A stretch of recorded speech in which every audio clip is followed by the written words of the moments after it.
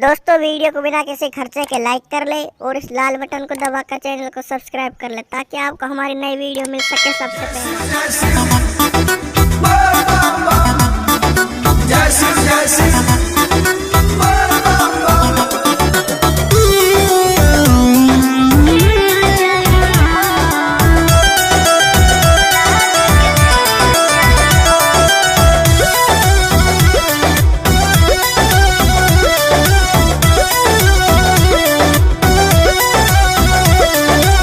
चढ़ गइल बाबे धनी सावन महीना। अच्छा मन नहीं लगतावे पैसा के बिना।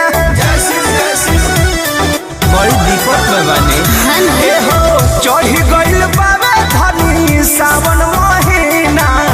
मन नहीं लगतावे पैसा के बिना। पूजा के सामान कौना दिन चाहिए हो।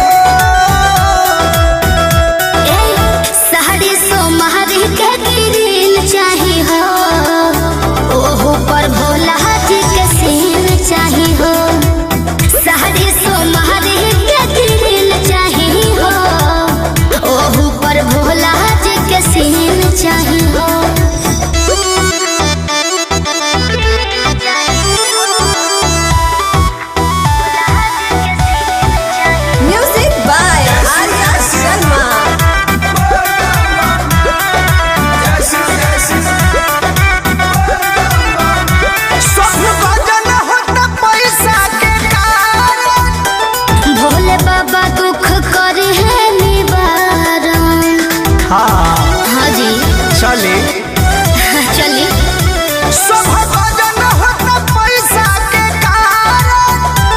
भोले बाबा दुख करे है निवारण। लिपि दाना भोर फर छीन चाहिए हो। साड़ी सोमहारी के गिरीन चाहिए हो। ओहू पर भोला जी के सीन चाहिए हो।